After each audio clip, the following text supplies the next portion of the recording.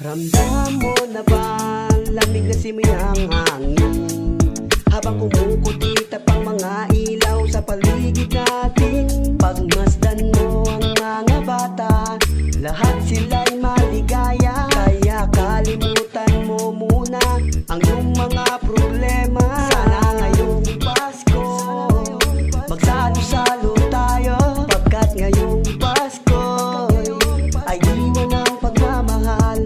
Pagbibigayan ang siyang kailangan. Pagmamahal mo sa kapwa ngayong Pasko. Araw-araw ay Pasko sa puso ng mga tao.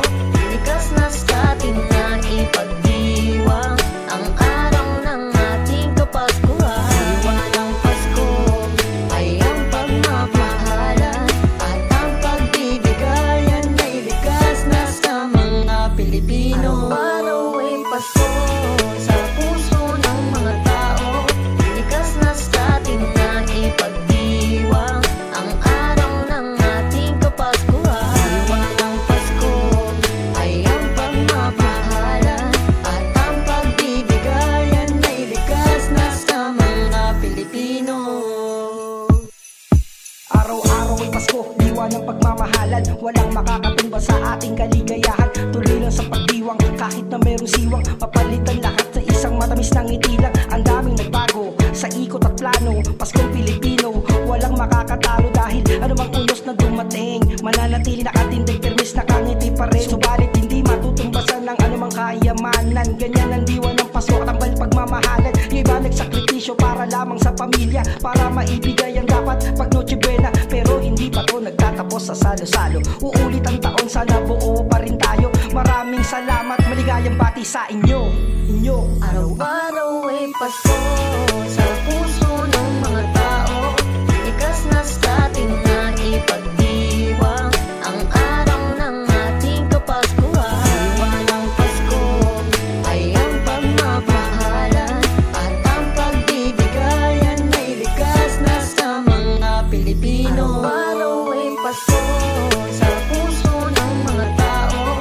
Likas na sa atin na ipagdiwang ang araw ng ating Kapaskuhan. Diwa ng Pasko ay ang pagmamahalan at ang pagbibigayan ay likas na sa mga Pilipino.